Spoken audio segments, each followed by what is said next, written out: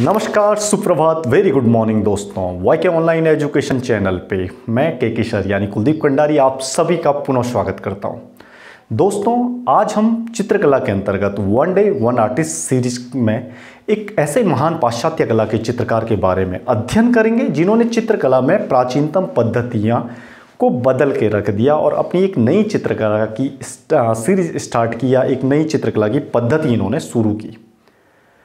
आज का topic start करने से पहले आप सबसे पुनः रिक्वेस्ट, आपको चैनल के माध्यम से दी जा रही जानकारियां, सुझाव या ज्ञान पसंद आता है तो प्लीज़ चैनल को लाइक शेयर सब्सक्राइब बिल्कुल बनता है दोस्तों, क्योंकि आपसे हमें मोटिवेशन मिलता है कि नई नई वीडियो हम नई उमंग और ऊर्जा और ज्ञान के साथ आप तक लेके आएँ। मेरे अलावा इस चैनल के माध्यम से योगिता मैम के द्वारा विषय हिंदी भी पढ़ाई जाती है और करंट जीके में मैं वन डे वन टॉपिक आप तक लेके आता हूँ, तो प्लीज़ चैनल को लाइक शेयर सब्सक्राइब बिल्कुल बनता है। आज हम एक ऐसे महान चित्रकार के बारे में बात कर रहे हैं जिन्होंने लियोनार्डो दा विंची के बाद दुनिया में सबसे ज़्यादा प्रसिद्धि पाई। जब ये चित्रकार छोटे थे, जब इनको शब्दों के उच्चारण का ज्ञान हुआ तो इनके द्वारा पहला जो शब्द बोला गया लापिस, ये स्पेनिश शब्द है। लापिस का मतलब होता है पेंसिल, यानी कि इन्होंने जो पहले शब्द का उच्चारण किया वो पेंसिल किया। स्पेन यूरोप महाद्वीप के अंतर्गत एक देश है। स्पेन में एक छोटा सा गांव है मलागा। मलागा में इन महान चित्रकार का जन्म होता है 25 अक्टूबर 1881 को। इनकी माता गृहिणी थी और पिता ड्राइंग के टीचर थे, यानी कि स्वाभाविक है ड्राइंग के टीचर पिता के संरक्षण में जब ये बालक थे तो इनको ड्राइंग की बहुत गहराई से ज्ञान हुआ।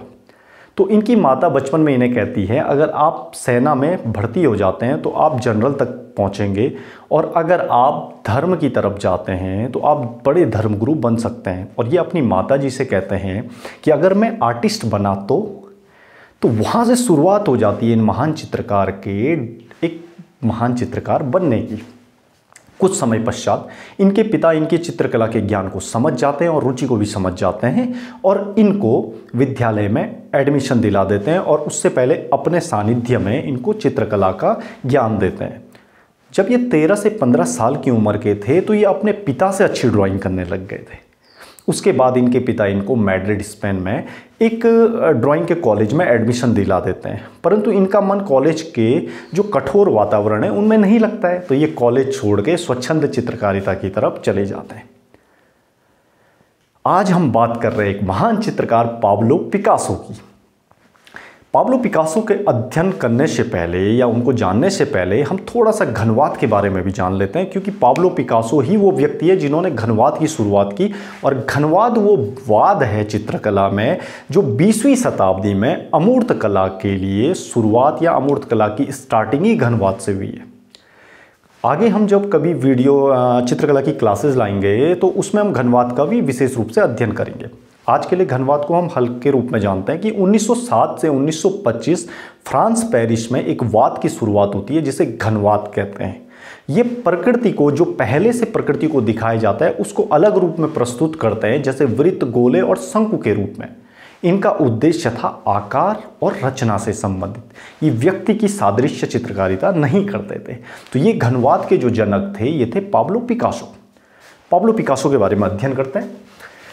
20वीं शताब्दी की समस्त अमूर्त कला का जनक घनवाद था, जो पाब्लो पिकासो के द्वारा प्रारंभ किया गया था, यानी कि घनवाद के प्रवर्तक थे पाब्लो पिकासो। 1906 में एक प्रसिद्ध पेंटिंग पाब्लो पिकासो की आती है जिनका नाम है आविनियों की स्त्रियां। आविनियों की स्त्रियां वो पेंटिंग है जिसके द्वारा घनवाद की शुरुआत हुई दुनिया में। घनवाद के प्रमुख कलाकार पिकासो के अतिरिक्त जो थे ब्राक, लेजे, जॉन ग्रीस और जीन मैटजिंगर, ये पाश्चात्य कला के सारे चित्रकार हैं जो घनवाद से संबंधित हैं।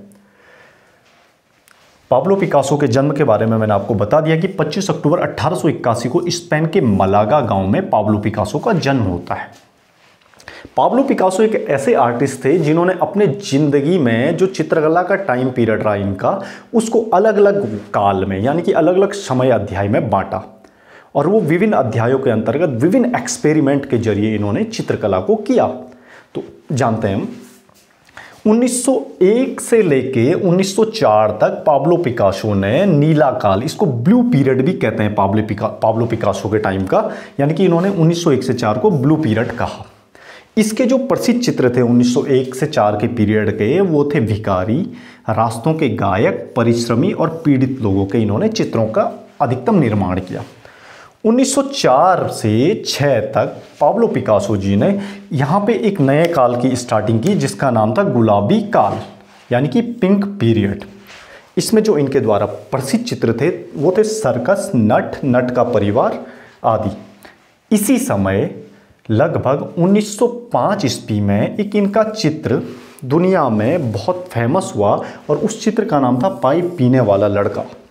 ये चित्र बाद में जब नीलामी हुई, उस समय इस चित्र की नीलामी की जो कीमत लगाई गई 680 करोड़ रुपए लगाई गई। तो आप समझ सकते हो पिकासो पाश्चात्य कला के और दुनिया में कितने फेमस चित्रकार थे। 1906 से लेकर 1908 में इन्होंने एक और नया टाइम पीरियड बांटा, जिसे इन्होंने नीग्रो काल का। 1908 से लेके 1912 तक इन्होंने ज्यामितीय काल के अंतर्गत चित्रों का निर्माण किया, और जो इन्होंने ज्यामितीय काल में चित्रों का निर्माण किया, प्रकृति के चित्र बनाकर ये विश्लेषणात्मक घनवाद की तरफ इनको चित्रित करने लग गए। इसके बाद 1912 में पिकासो ने कोलाज पद्धति का निर्माण किया, यानी कि कोलाज पद्धति का आविष्कार 2 लोगों ने किया था, एक तो पाब्लो पिकासो, दूसरे थे ब्रॉक।